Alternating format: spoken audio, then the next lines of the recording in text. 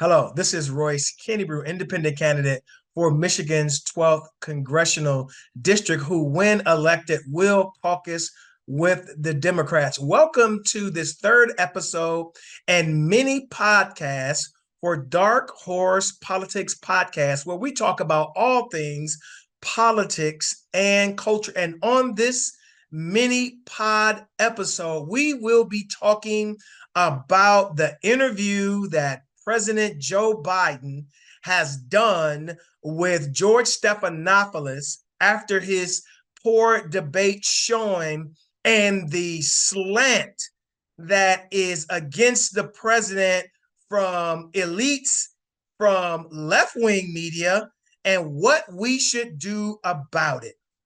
Let's learn something.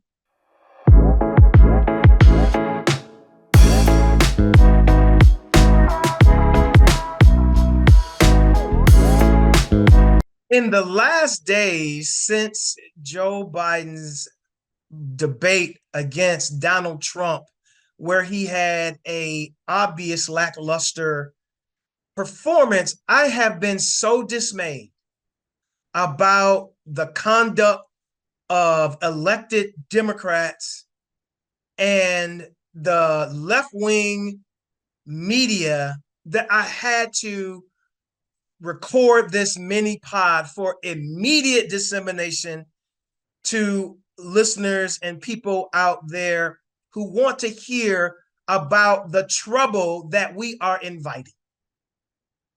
Let me be abundantly clear here. Joe Biden is 81 years old. He's going to have some moments.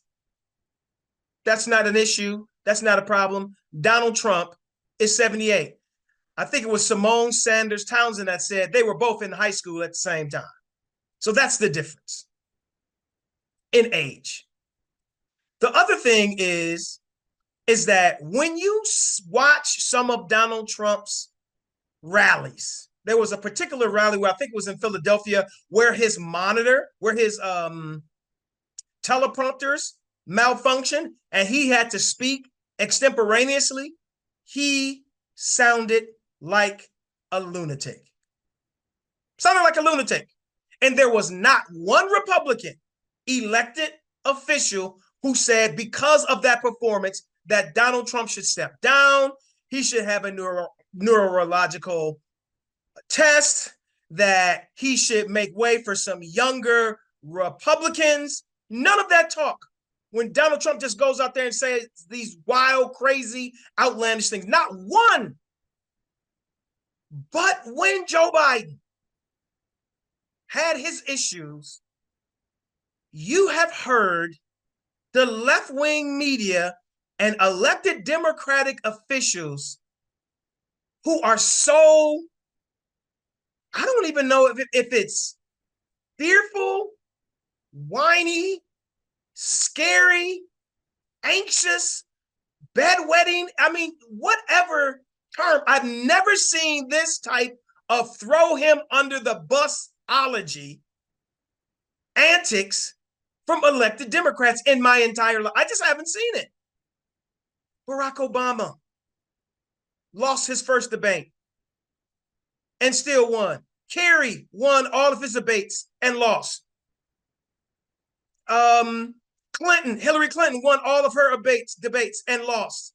It is not an indicator. Go look at episode 2 of Dark Horse Politics Podcast. And while I'm saying that, please share, please like, please comment, and hit that subscribe button so you can be notified when we upload a video. But none of those, it's not correlative. It doesn't mean that when you have a bad debate that you're going to lose. And we haven't seen any Republicans since that debate time say they're not going to support Donald Trump, even though he lied through the entire thing. But independents, he has lost support with independents just in that time. Now, here's some things that I want to say in this mini pod. Number one, everybody know that Joe Biden is a gaffe machine. That means he misspeaks all the time. He's been doing that for 50 years, his entire political career. So that's not new. That's not new. That is not new. Also, people should know that Joe Biden has a stutter, had it as a kid. And if you know anything about stuttering, when you are sleepy, when you're under pressure, the stutter comes out. Okay? Those two things that we should start with in the beginning. Now, let the media, I got to talk about the media. Joe Biden's disastrous debate, Joe Biden's incredibly horrible debate. And they don't say anything about Donald Trump. Here's what I want us to do. Media, politicians, pundit, whenever you mention something about one candidate, you mention and compare the same thing about the other candidate. If we're talking about Joe Biden's debate performance, we must talk about as well Trump's debate performance. He was very strong in his line. He lied every 90 seconds. Every time we have a debate or discussion of Joe Biden's performance, that should happen. But that's not what's happening in the media. They're just continuously saying, oh, it was bad. Oh, it was horrible. Oh, it was disastrous. Blah, blah, blah, blah, blah, blah, blah, blah. And then not saying anything about Trump. So the left-wing media, the elite media, whatever you want to call the media, well, we know what the right media, we know what Fox is going to say. We know what Breitbart is going to say. We know what Newsmax is going to say. They're going to say, we told you so. But the media that's supposed to be a straight shooter down the middle, they're giving a benefit to Trump when you only talk about Biden's performance and you don't talk about Trump's performance. Now, this interview with George Stephanopoulos, I mean, it was tremendously unpleasant to watch because it seems so unfair. They said, well, we invited Trump to participate, to be interviewed, and he declined. And that's all they had to say about Trump. Hello, this is Royce Kennebrew, independent candidate for Michigan's 12th Congressional District, who, when elected, will caucus with the Democrats. The most difficult part about the campaigning process is raising funds. So if you want different leadership in Michigan's 12th Congressional District, someone who is going to work for all constituents and not their own personal interests, please go to voteroyce.com. Give $5, $10, $15. Every and anything will help. Thank you. K-12 educators, are you looking for a way to increase the performance academically of your students and to improve their behavior so that they're able to be successful inside and outside the classroom? Well, if you are, I have an online course that is starting in the month of July. Stay tuned for details. I am going to ask 3 questions that they asked, George Stephanopoulos asked, to show you the type of no-win situation that they are putting on Joe Biden. Number 1, they asked, are you the same 3 years ago as you are today? Now, in 3 years, I'm here to tell you a little secret about every person of the 7 to 8 billion people that are on this planet right now. If you were on this planet 3 years ago and you are on this planet now, you are not the same. Period. Something's different. You are absolutely, positively not the same. Now, is he meaning that he is mentally defective in 3 years? I don't know, but that question was dumb. Are you the same as you were 3 years ago? No, he's not the same as he was 3 years ago. Nobody is, and nobody can be the same as they are 3 years ago. Also, George Stephanopoulos asked him, are you being honest with yourself about your condition? Who would even ask that? That's a question that you can't even. Well, let me see if I'm being honest with myself. Let me give myself a lie detector test to see if I'm being honest with myself. Is it that he's not being honest with himself, or that he is convinced that what you are saying is not accurate. People always try to make people believe what they want you to believe, and then their second attempt is to try to make you think that something's wrong with you. You have a problem. No, I don't have a problem. Are you sure? Are you being honest with yourself that you don't have a problem? No, sir. I don't believe what you feel about me. That's what it is. People want you to live up to their expectations or down to those expectations. And when you don't agree with their assessment of you, then they say something's wrong with you. And this was having a debate. And we were debating about this particular topic, of which he had no experience. And he says, oh, you're too smart to believe that. I'm like, no, you have no experience with that topic. You have no experience with that topic. You have no credentials in that area. How are you going to make an assessment that PhDs from Harvard, that economists, that the smartest people in the world say is a way to do it, but you're saying there's another way to think about it? No. People want you to think the way they want you to think, and then when you don't think that way, then they say, oh, something's wrong with you. No, something's not wrong with you. I just don't believe the crap that you're saying about me. How about that? The other question was, the last one I'm just going to talk about, he asked, if someone can convince you to step down, why believe in yourself? I can understand if his track record demonstrated that he needed to step. If he wasn't, let me tell you something. If he wasn't producing, I would be the first person to say, listen, sir, it's time for you to move aside. He has had one of the most successful presidencies since LBJ. As much bipartisan legislation as LBJ. Created 15 million jobs that were gone, opposed to his predecessor, who lost more jobs than they created.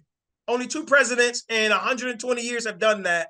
I think it was Hoover and it was Donald Trump. So these questions aren't fair. They aren't sensible. And let me say this. Let's say, for instance, he was having a significant decline. Let's say when 3 years ago, he was at 95% and now he's at 85%. At 85%, he's still the most successful president since LBJ. He could be at 5% of his mental capacity.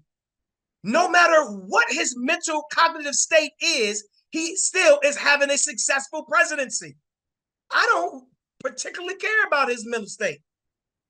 If he can keep rolling out the hits, if he can keep passing legislation that's good for my community and my constituents and the things that I believe in, and he can stop us from having Donald Trump, I really don't care. And here's another thing that people are saying. Do you think you can last the whole 4 years? Let me tell you a little secret about Royce Kennebrew. He doesn't have to make it the whole 4 years for me. He just have to make it to one day, November the 5th. That's all he has to do. November the 5th or January the 20th. Let's go January the 20th. Make it to January the 20th. After January the 20th, after the election, and he's been sworn in, we have fail-safes in place, the Constitution does, for what happens if the president cannot continue with his term. That I am totally fine with. Vice President Kamala Harris becoming president. If those two can't make it, then guess who's next? The Speaker of the House. Boy, wouldn't that be crazy if Hakeem Jeffries became president of the United States of America. This is a far-flung possibility, but hey, I wouldn't hate that possibility either. Those are not things I want to happen, I want you to know. But I'm saying, we just need Trump not to win. We just need Trump not to win. After that, then we could take a breath. Now, let me say this about these. Let me say this about these Democrats who are wetting their beds. They need their blankie. They need their whoopee. They need their bottle. They need their diaper changed. These elected officials saying that Joe Biden should step aside. I'm going to tell you a little secret about Joe Biden. Joe Biden got 80 million Americans to vote for him. None of you who are commenting about him needing to step aside got 80 million votes of people to vote for him, to vote for you. So shut your mouth. Shut your mouth and be loyal to the president. Oh, you got 120,000 people to vote for you in your congressional district. Oh, that's great. Oh, you got 200,000 people to vote for you. He got 80 million people in the last election. And in these primaries, he got 14 million people, still more than you. Shut your whiny mouth. Shut your whiny mouth.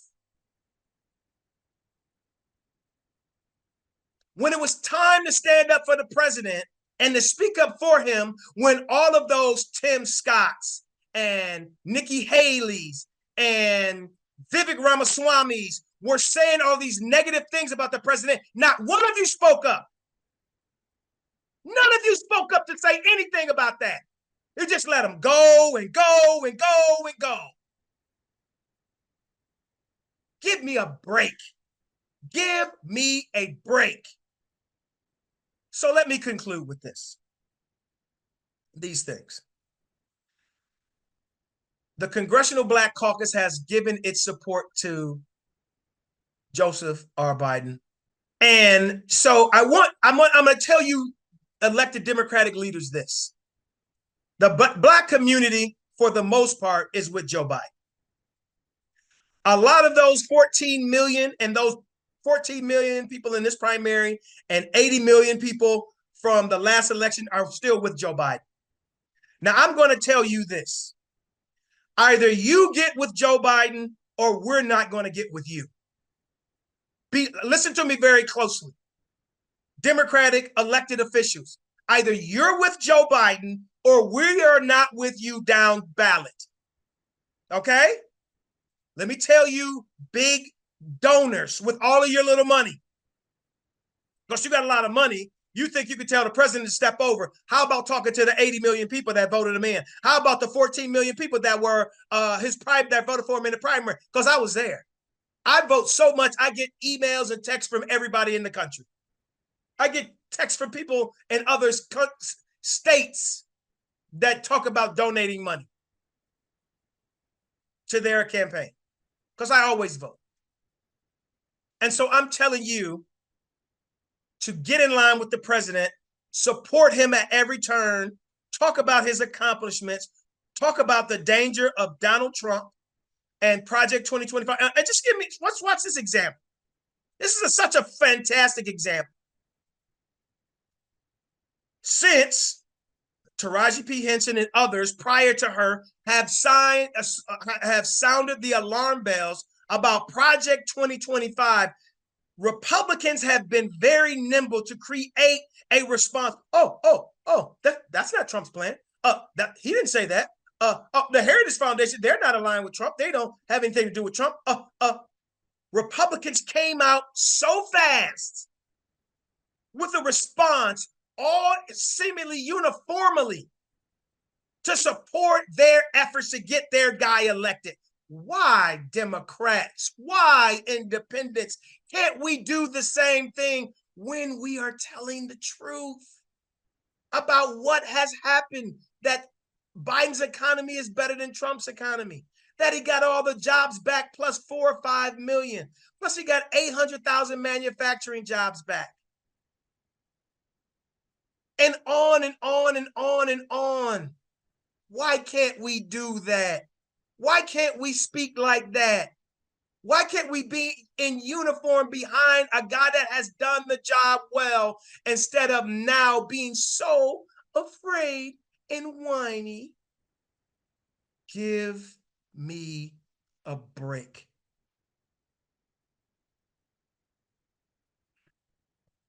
Usually we end the podcast with something humorous, but I'm just not feeling like that right now.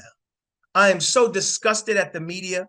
I'm so disgusted at elected Democrats and their performance that I ain't got nothing funny that I want to show you.